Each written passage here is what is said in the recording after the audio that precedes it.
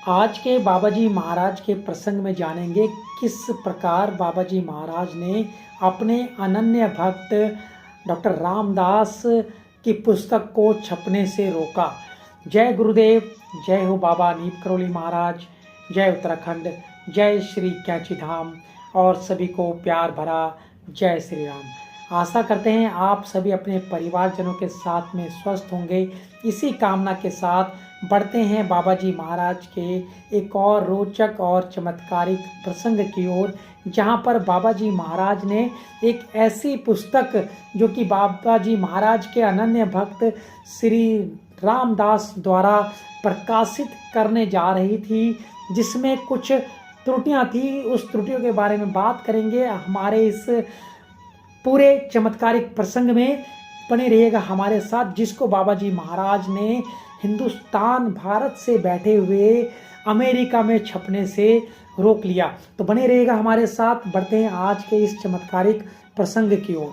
बात है सन 1971 की, जब डॉक्टर रामदास श्री रिचर्ड अल्पर्ट, जो कि यूएसए से थे, बाबा जी महाराज के अनन्य भक्त थे, उन्होंने महाराज जी को की अनुमति से 1971 में बी हेयर नाव नामक पुस्तक अमेरिका में प्रकाशित की।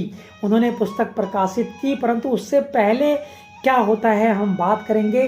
बी हेयर नाव बहुत ही अच्छी पुस्तक है, आपको अगर अवसर मिलता है तो इसे अवश्य पढ़ें। इस पुस्तक में धर्म संबंधी विचार व्यक्त किए गए हैं और बताया गया है कि किस प्रकार डॉक्टर रिचर्ड अल्पर्ट से रामदास हुए। रामदास इस पुस्तक की प्रूफ कॉपी लेकर भारत आए और प्रकाशक को उसे छापने के लिए हरी झंडी दे दी थी। समझिएगा इस बात को कि रामदास भारत आए उस पुस्तक की प्रूफ ऑफ कॉपी लेकर, और अमेरिका में जो प्रकाशक था उनको वह हरी झंडी देकर आए थे कि इस पुस्तक को आपने छापना है। उन्होंने यह प्रूफ ऑफ कॉपी महाराज जी को अर्पित की। और बहुत ध्यान देने वाली एक बात और है कि महाराज जी अंग्रेजी नहीं पढ़े थे, उन्होंने अंग्रेजी नहीं पढ़ी हुई थी।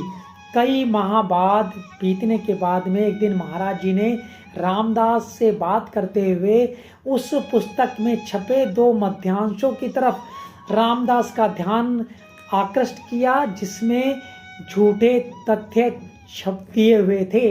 यानी कि महाराज जी को अंग्रेजी नहीं पढ़नी आती थी। उसके पश्चात भी महाराज जी ने कैसे जाना कि उसमें 2 छोटे तथ्य जो दिए गए हैं वह झूठे हैं। उसके पश्चात महाराज जी ने रामदास से कहा, पुस्तक में झूठी बातें नहीं आनी चाहिए, इससे तुम्हें दुख होगा। महाराज जी ने उक्त गद्यांशों को पुस्तक से हटा देने का आदेश रामदास को दिया, परंतु कुछ महीने के बाद में यह बात होती है और पुस्तक को छपने का आदेश दे के आए हुए होते हैं। यानी कि पुस्तक में जो कार्य जो करना हो रहा था वह लगभग हो चुका होगा, ऐसा अब रामदास का मानना था। रामदास घबरा उठे क्योंकि उन्हें भय लगा कि पुस्तक प्रकाशित हो गई होगी।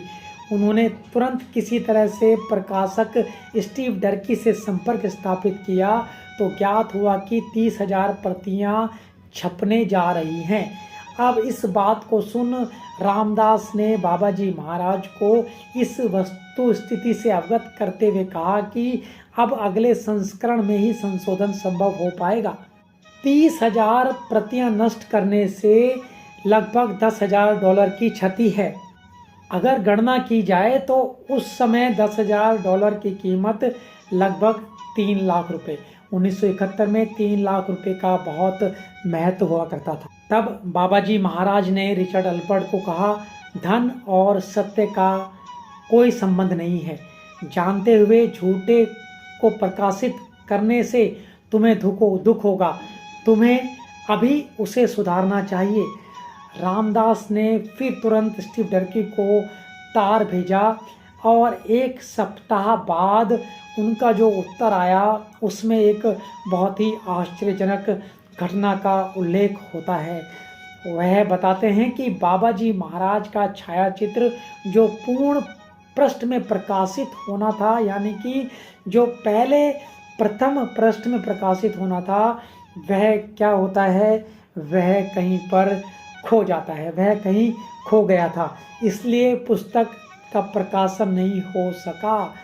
यह बाबा जी महाराज की अमेरिका में अप्रत्यक्ष रूप से की गई अलौकिक लीला थी। इस प्रकार केवल श्री डरकी के फोन से ही काम बन गया था। आज अगर बात की जाए तो इस पुस्तक की 7 लाख से ज़्यादा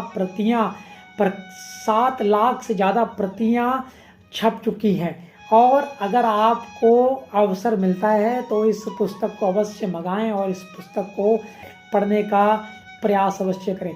आशा करते हैं आपको आज का बाबा जी महाराज का यह प्रसंग अत्यंत ही पसंद आया होगा। इसी कामना के साथ जय गुरुदेव, जय हो बाबा नीम करोली महाराज, जय श्री कैची धाम, जय उत्तराखंड, और आप सभी का बहुत बहुत धन्यवाद धन्यवाद धन्यवाद।